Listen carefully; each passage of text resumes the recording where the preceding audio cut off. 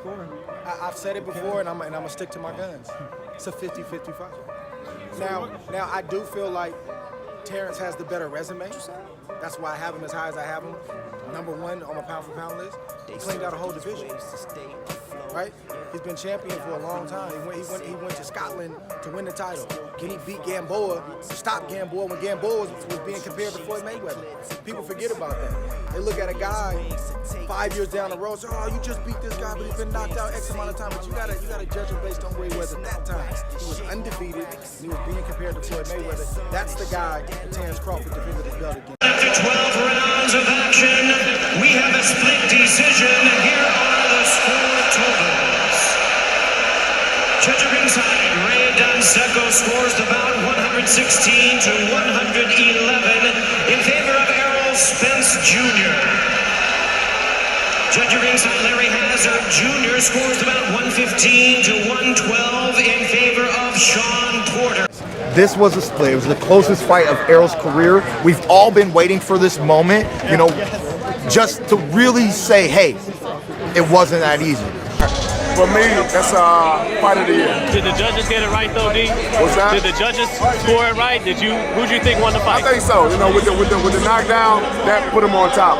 Other than that, I think if it would have won, it would have been like tied. Yesterday, you said that after we beat Crawford, after we beat Porter, they're going to say, "Oh, well, Porter lost to this guy and that guy," and you're not going to get credit. Do you really feel that way? That you won't get credit? I definitely feel that way. It depends on the fashion that I beat him in.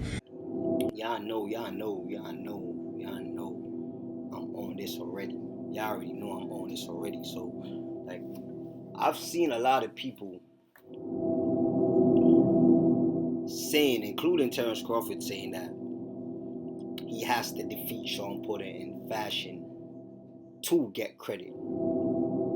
And I just want to ask everybody a question, not only Bud fans, everybody. Why is that the case? Why is that the case? The reason why Terrence Crawford is expected to defeat Sean Porter in fashion, the only way he will get credit for that is because Errol Spence Jr. and his fans believe that Terrence Crawford is light years above Errol Spence Jr. They believe that Terrence Crawford is a far better fighter than Errol Spence Jr. because of his expectations. Errol Spence Jr. fought life and death with Sean Porter. If it wasn't for that knockdown, he probably would have lost that fight. A lot of people felt that he lost the fight. Period. So, the fact that Terrence Crawford is being like forced or feel like he has to defeat Sean Porter in fashion is to show y'all that no matter what this guy do, he's not gonna get credit for it. Errol Spence Jr. fought Mikey Garcia, didn't knock him out, and got credit for that, right? But Terrence Crawford going in there with Sean Porter that gave Errol Spence a run for his money, arguably beat him. If Terrence Crawford defeat him, he's not going to get credit for it. He has to destroy him. But Errol Spence Jr. barely made it out against Sean Porter. This is what they do. And this is what I'm trying to show y'all, bro. It's like the double standard. Terrence Crawford is a king, bro. That's why he's on the pedestal. He's a king. Errol Spence is just somebody that they want to be the king, and they know he's not. They don't have no argument. If you look at all these guys, oh, Terrence Crawford is skilled. We expect Terrence Crawford to win this fight. None of these guys expect Terrence Crawford to lose against Sean Porter. None of them expect Terrence Crawford to lose against Sean Porter. None of them do. And they don't believe that it's gonna be no close fight either. That's why you see niggas like Boxing Ego come out and say shit like this. Porter, I think that's a great fight for Crawford, but if we're being real, how does that, even if Crawford beat Sean Porter brutally, how does that give him leverage over Errol Spence? And even if you fight Sean Porter, you're mandatory. I think that's a great fight. However, Errol Spence already beat Sean Porter in 2019. You know what I mean? Keith Thurman already beat Sean Porter. So I don't see how you gain and surpass Errol Spence with these moves. Yeah, you see? That's why boxing ego, he's covering his track. He know what's gonna happen, bro. He know what's gonna happen. He know that Terrence Crawford is gonna go in there and dominate Shawn Porter. And he knows that Errol Spence Jr. struggled against Shawn Porter. So he's trying to say, oh, it don't matter. Errol Spence already beat Shawn Porter, so even if Terrence Crawford beat him, it doesn't mean anything. No, the difference is Errol Spence almost lost to Shawn Porter, struggled. You feel me? Errol Spence was fighting for his life against Shawn Porter. Everybody knows that, bro. If it wasn't for that knockdown, it's clipped, bro. It's a draw or he lose. So if Bud's supposed to go in there and terminate him, it speaks volume. Just like with Kell Brook, how a lot of people was like, oh, Errol Spence, Terrence Crawford at least got to beat Kell Brook.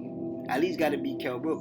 Errol Spence stopped Kell Brook. So Terrence Crawford at least got to beat. And Bud took him out in 4 rounds. And you know what they said? Kell Brook is a shell of himself. Even though Kell Brook came out and said, I was in the best shape of my career when he fought Bud. Nobody ever did that to me ever in my life. Like, no matter what Bud do, he's not going to get credit. Like, they're fiending for this nigga to be a part of the PBC. And I hope he don't go there. If it mean for him to stay in top rank and get those fights with Shawn Porter, stay in top rank and get those fights with them PBC fighters, bro. You got the Shawn Porter fight. You feel me? I don't know if Bob is on some smoke and mirror shit, but I'd rather you on top rank than PBC, bro. Them niggas don't like. Them niggas is weird, bro. They're weird. The niggas on the PBC side, they're weird, and they got a whole bunch of LDBC nutsuckers following them and doing weird shit too. You feel me? Like, Bud don't need to be a part of that. That's not his scenery, bro. And they're mad at him because that's not his scenery. He don't want to be a whole bunch of nutsuckers and fake ass niggas just like the rest of these PBC niggas. He don't want to be like that, bro. He want to be himself and he want to do his own thing. You feel me? So they wanna criticize him. They want to raise the ball when it comes to Terrence Crawford, but when it comes to Errol Spence, he get a friggin' cookie and get a fucking round of applause for beating friggin' Mikey Garcia and Danny Garcia. Danny Garcia is not even a top welterweight. And I'm gonna make a video about that too. Like, Al Heyman is smart. Al Heyman got a whole bunch of these niggas.